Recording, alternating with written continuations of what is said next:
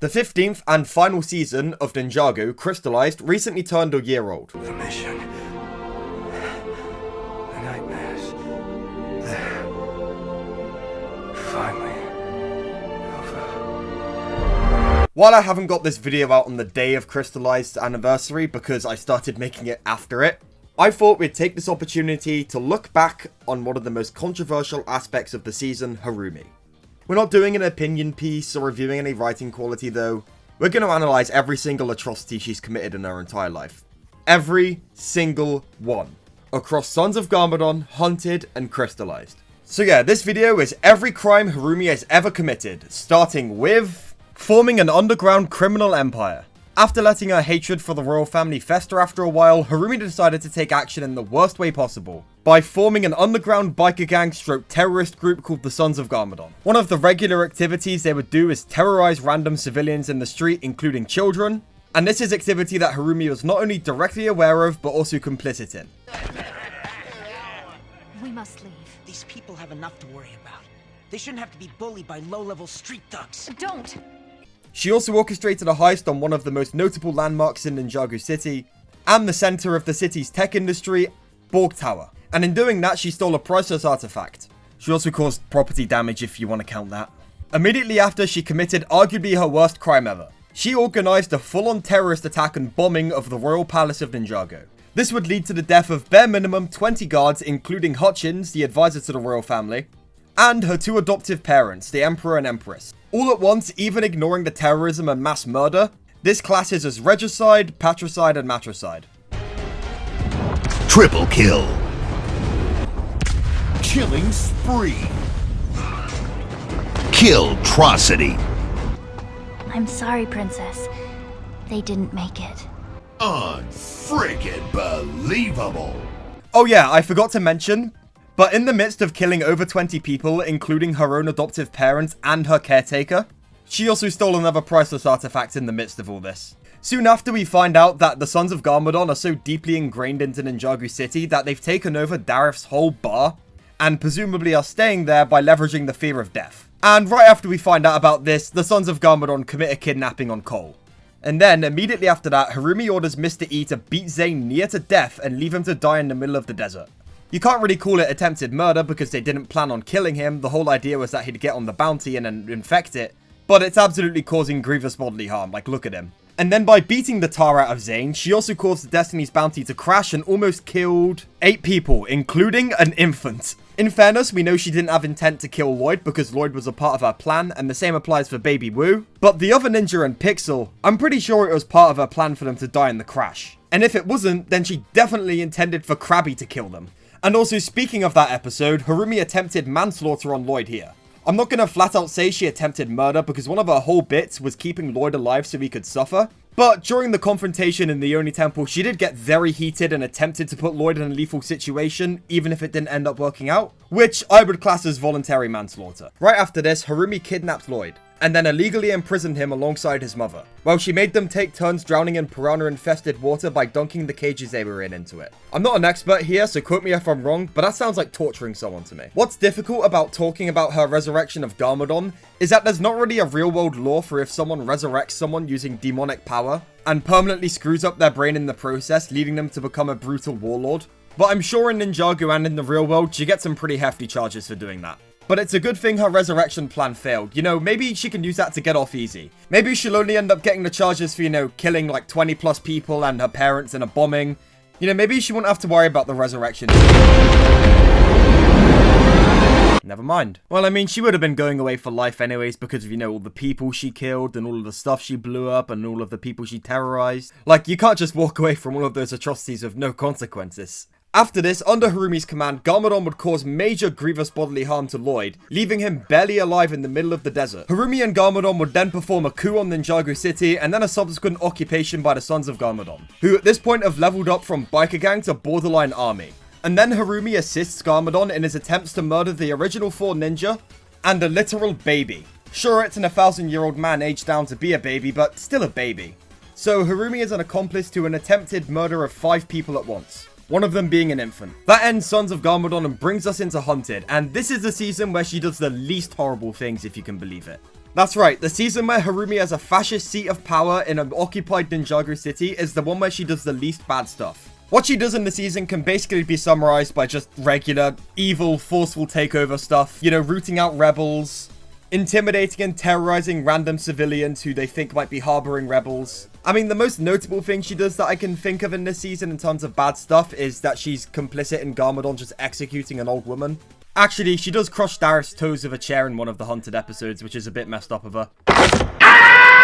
So, for such a heinous crime against Dareth, the only fitting punishment is for her to die horribly in the collapse of a building, and thankfully, that happens. However, Harumi wasn't done terrorizing Ninjago yet, because shortly after her death, the Overlord resurrected her. In exchange for eternal servitude, of course. Now, Harumi has a new lease on life. There is absolutely nothing stopping her from going to the ninja, turning in the Overlord to them, and stopping so much damage, death, and just general tragedy and bad things from happening. She could have stopped the literal apocalypse from going down. Instead, the first thing that she does with her new lease on life, after seemingly realizing that what she did in Hunted was wrong by the end, was use slave labor to harvest Vengestone en masse so the Overlord can make a floating temple machine that turns people into zombies. Yeah, this is a pretty underrated Harumi crime. I don't see anyone really talk about this. Harumi knowingly benefited from slave labor. My Gekul and Monk's workers will provide every ounce of the Vengestone your Crystal King requires. King Vangelis was defeated, putting an end to his Vengestone mines.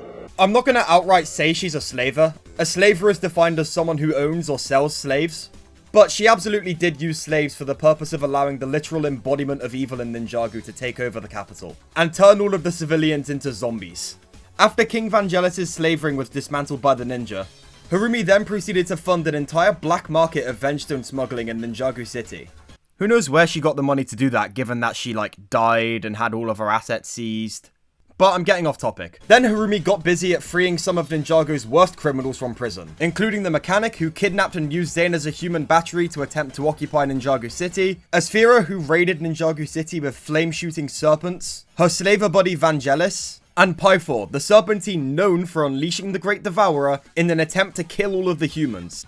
Then she kidnapped Lloyd again. After this, she once again attempted to murder the 4 original ninja. She obviously failed because these characters have absolutely impenetrable plot armor, but, you know, she still tried to kill them. She also did that by bombing out an entire subway line, causing part of the street in Ninjago City to cave in. You know, if Nia wasn't there and some random person was crossing the street or driving, they could have literally just been swallowed up by the ground and crushed to death. But just leaving it at 2 bombings wasn't enough for Harumi. There had to be a third one. Third time's the charm and all, I guess. You know what they say.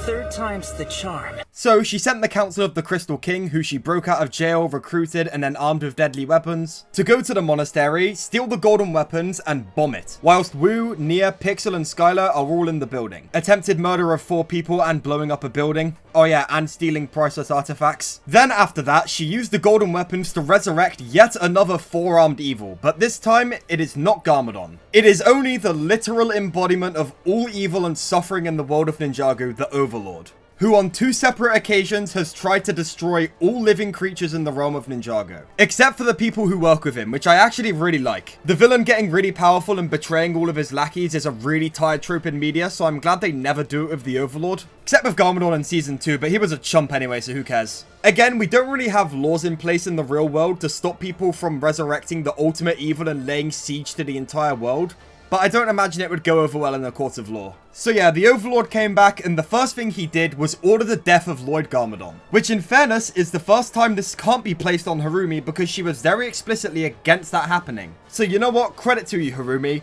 That's -1 murder charge. Out of like 40 something? Harumi and the Overlord then send their floating crystal death base and army of Vengestone warriors over to Ninjago City, picking off every small village they see on the way by infecting them using 5G waves and turning them into zombies.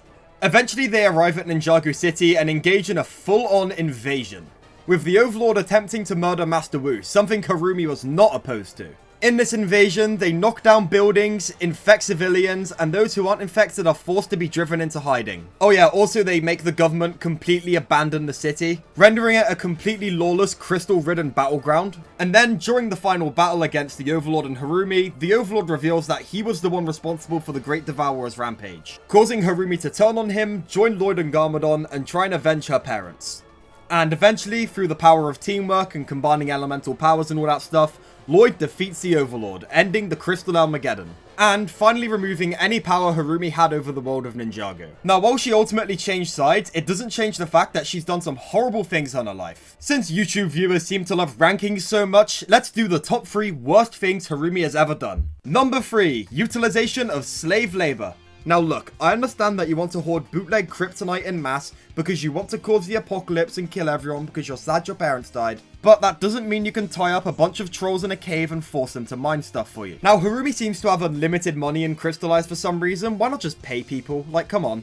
The next thing she's probably going to do is use that new Bing AI to design all the Overlord symbols for him rather than paying enough. Number 2, the Royal Palace bombing. Now I can understand that Harumi hates her adoptive parents. Tons of people have daddy issues. That being said, having beef with your parents doesn't give you an excuse to bomb the Royal Palace and subject your adoptive parents to horrific fiery deaths, along with your caretaker, and a bunch of royal guards who probably had families, and any civilians who got caught in the crossfire after all the sons of Garmadon rode out of the palace. It's just, I think a lot of people would agree that bombing a palace and killing likely 20 plus people isn't really a nice thing to do. Like, that was a bit overboard. And number 1, causing the literal Armageddon. Using slaves is one thing, mass bombing attacks is another thing, and then there's literally causing the end of the world and extinction of all life. Like, I can't really make a bit out of this. It's just like, what were you doing? Now, one could say that Harumi has hurt an inconceivable amount of people throughout her lifetime and absolutely deserves to face consequences for her actions. But the very important thing that you're failing to consider is that it's okay, she's of us.